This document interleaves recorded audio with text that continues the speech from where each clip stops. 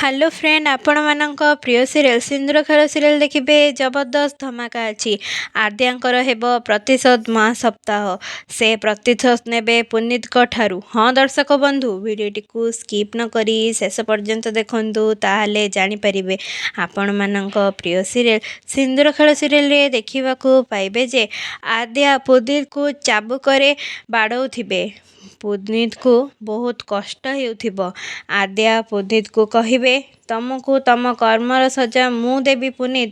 ତମେ ମୋ ଭାଇର ଜୀବନ ନେବା ପାଇଁ ଚେଷ୍ଟା କରିଛ କହି ପୁଣି ପୁନିତଙ୍କୁ ଆଦ୍ୟା ବେଲ୍ଟରେ ବା ଚାବୁକରେ ବାଡ଼େଇବେ। ଆଉ ତାପରେ ଆଦ୍ୟା ପୁଣି କହିବେ, ଇଏ ପ୍ରଥମ ଥର ନୁହେଁ, ତମେ ମୋତେ ବି ମାରିବା ପାଇଁ ଚେଷ୍ଟା କରିଥିଲ। ଆଉ ଆଜି ମୋ ଭାଇକୁ ବି ତମେ ମାରିବା ପାଇଁ ଚେଷ୍ଟା କରିଛ। ଆଜି ମୁଁ ତମକୁ ଛାଡ଼ିବିନି ପୁନିତ, ଆଜି ମୁଁ ତମକୁ ଛାଡ଼ିବିନି କହି ଜୋରରେ ବେଲ୍ଟରେ ବା ଚାବୁକରେ ବାଡ଼େଇବେ ପୁନିତଙ୍କୁ ଆଦ୍ୟା। ତାପରେ ପୁନିତ ସେ ଚାବୁକକୁ ଧରିଦେବେ ଆଉ ଠିଆ ହୋଇ କହିବେ, ହଁ ହଁ ହଁ, ମୁଁ ଗୁଣ୍ଡା ପଠେଇଥିଲି ତମ ଭାଇକୁ ମାରିବା ପାଇଁ, କିନ୍ତୁ ସେ ବଞ୍ଚିଗଲା। କେତେଦିନ ସିଏ ବଞ୍ଚିକି ରହିଥିବ, ମୁଁ ଆଜି ତମକୁ ବି ଛାଡ଼ିବିନି ଭାଉଜ କହି ପୁନିତ ଆଦ୍ୟାଙ୍କୁ ମାରିବା ପାଇଁ ଚାବୁକ ଉଠେଇଲା ବେଳେ ସେ ଚାବୁକକୁ ଆସି ଅଂଶ ଧରିଦେବେ।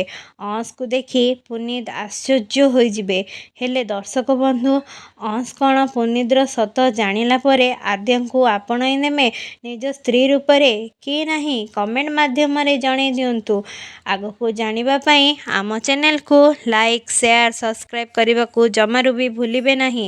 ସୋମବାର ଠାରୁ ଶନିବାର ରାତି 8ଟାରେ ଦେଖନ୍ତୁ ଆପଣମାନଙ୍କ ପ୍ରିୟ ସିରିଏଲ୍ ସିନ୍ଦୁର ଖେଳ, ଏବେ କେବଳ ସିଦ୍ଧାର୍ଥ ଟିଭିରେ।